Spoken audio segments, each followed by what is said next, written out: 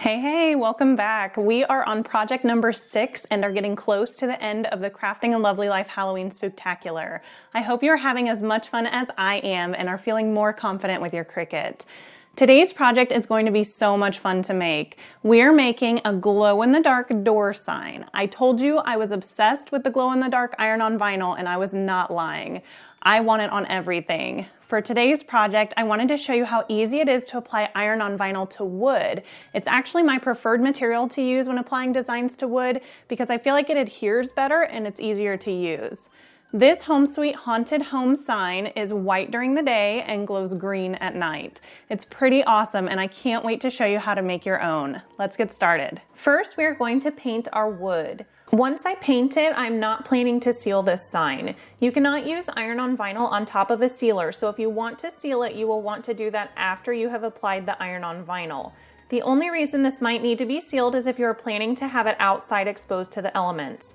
I'm planning to have this sign hang inside on my front door, but if you want to have it outdoors, you can add a thin layer of polyacrylic protective finish after you have ironed on the vinyl. Once the paint is dry, we are ready to get our design prepared for cutting. So we are going to open a new project in Cricut Design Space and upload our design.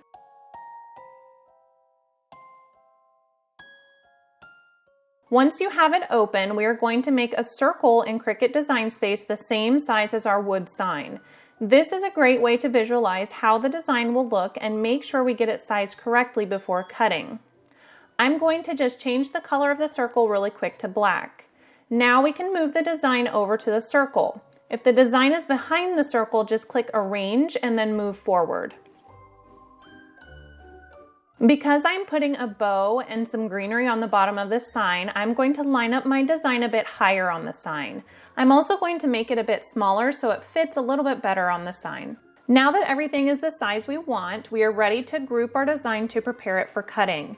Since we are just using one color for this project, we can select the entire design and click Attach. Now we can select Make It.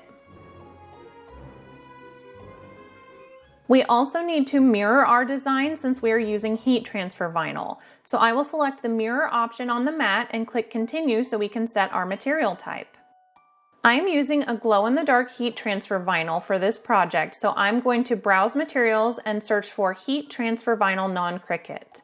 Next, I'm going to place the heat transfer vinyl on my standard grip mat. We're going to place the HTV on the mat shiny side down. Before I make any cuts, I like to use a brayer tool to make sure the vinyl is really stuck down on the mat. Now you are ready to load your mat into your Cricut. Once the mat is loaded, the Cricut button will start blinking and you are ready to start cutting. When the machine is done cutting, the arrow button will start blinking again and you can unload the mat. Then we will remove the vinyl from the mat. I'm also going to trim off some of the uncut vinyl just so I can use it for smaller projects in the future. Now we are going to start weeding the design. First, we are going to get the bulk of the excess vinyl peeled off.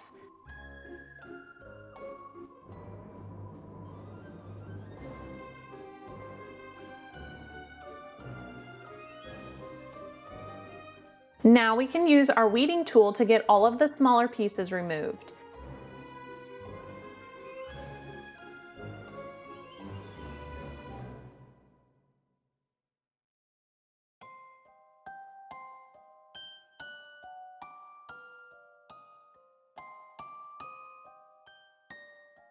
When you are finished weeding, double check that there aren't any little pieces you missed that still need to be weeded. For this project, I recommend using the Easy Press Mini because it does a much better job at getting the iron-on vinyl evenly heated, especially on a rougher surface like wood. If you only have a larger heat press to work with, you could try just moving the heat press continuously while you heat the design. I would also use a Teflon protective sheet over the wood if you're using a large heat press. That way you aren't applying heat directly on the painted wood surface. Cricut's heat guide recommends using the medium temperature setting for the Easy Press Mini. It says to use firm pressure and constant movement for 40 seconds. Once the Easy Press Mini reaches the temperature, we can place our design on the wood sign. I'm using a ruler to make sure I get my design centered.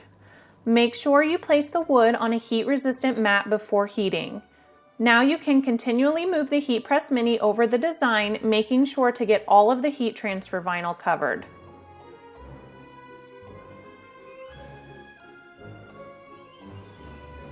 The instructions for this glow-in-the-dark vinyl said to peel the plastic sheet away from the vinyl 10 to 20 seconds after the heat is applied. If you are using a different type of vinyl, make sure you look to see if it is a cool peel or warm peel heat transfer vinyl. Once you start to peel the plastic sheet away, if you notice any parts of the design not adhering to the wood, just place the plastic sheet back down and go over that spot again with the heat press. Now we are ready to add all of the extra goodies to our sign. I like to line everything up before I hot glue it all down just to make sure I know exactly where I want to put everything. I got this pack of Halloween burlap ribbon on Amazon and I am obsessed with it. I also found the black eucalyptus branches on Amazon as well. I will link all of that below if you want to grab the ribbon or the branches.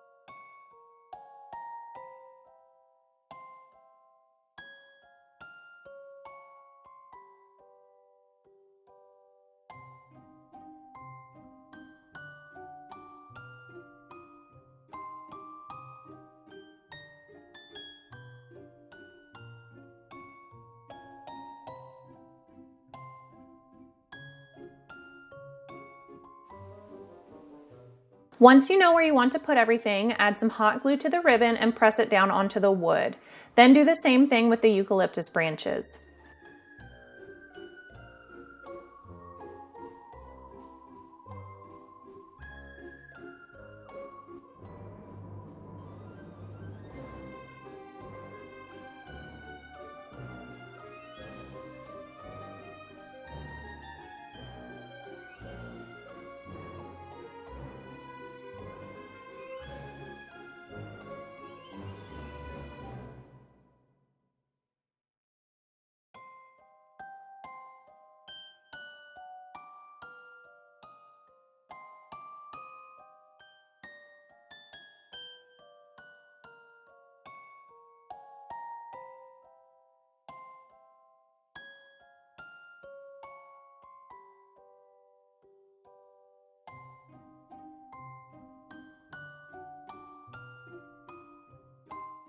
The last step is to add a piece of ribbon to the back to hang the sign.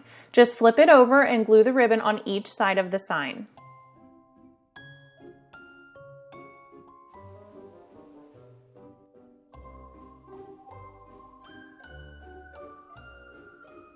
And there you have it. How cool is this sign? I absolutely love how it turned out and it was so much fun to make. The vinyl is white during the day and glows green at night, which looks super awesome. I hope you enjoyed this tutorial and get a chance to make your own spooky door sign this Halloween. Our next project is the very last project for this Halloween Spooktacular, and I saved a really neat one for last. I can't wait to show you. Thank you so much for following along, and I will see you soon for our last spooky Cricut tutorial. Bye!